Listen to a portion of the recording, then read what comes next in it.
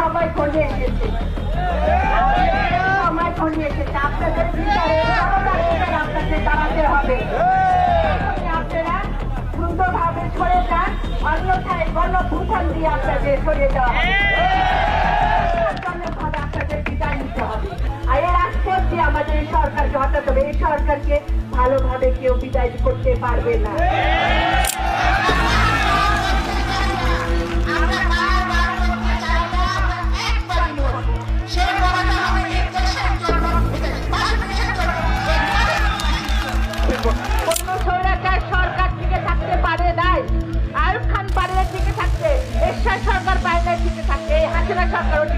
পারবে না।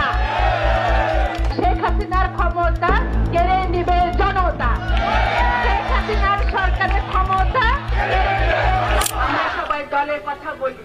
আজকে দলের বাইরে কিন্তু আমরা স্টপ করতে দেখেছি। আমরা অভিভাবকদের অনুরোধ করছি, মানিকগঞ্জের অভিভাবকদের অনুরোধ করছি, আপনার যে সন্তানের পাশে আপনি এসে দাঁড়ান। ঢাকা শহরের অভিভাবকরা রাস্তায় নেমে গিয়েছে, মানিকগঞ্জের অভিভাবকরা কেন রাস্তায়? আমরা কি কোনো অন্যায় করেছি? আমার সন্তানরা কি কোনো অন্যায় করেছে? আমার সন্তানরা তাদের মৌলিক অধিকারটুকু চেয়েছে, তাদের কর্মজীবনটাকে নিশ্চিত করতে চেয়েছে। আমার সন্তান ধরা হবে, আমার সন্তানের বুকে কেন গুলি করা? আমার সন্তান যারা আজকে আহত হয়েছে, নিহত হয়েছে, তারা তোমাদেরই ভাই। কেন তোমাদের সামনে দিয়ে আওয়ামী লীগের মাথা থেকে যাবে? তোমাদের এখন যুদ্ধে নামতে হবে। আমি 90 দশকের ছাত্রদের যে কথা শুনেছি, সেই স্মৃতি আমি দেখতে চাই। আমার সন্তান হয়ে মানিকগঞ্জের প্রত্যেকটা জায়গা বন্ধ করেছে।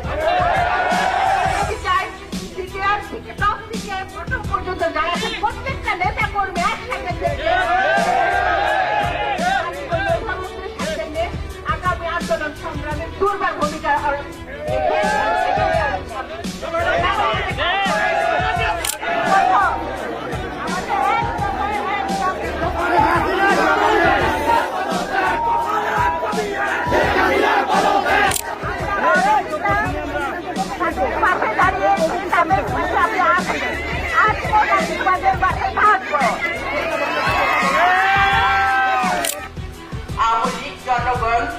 জনগণের মতামত, ব্যক্তি স্বাধীনতা, বাক স্বাধীনতা বিশ্বাসী নয়।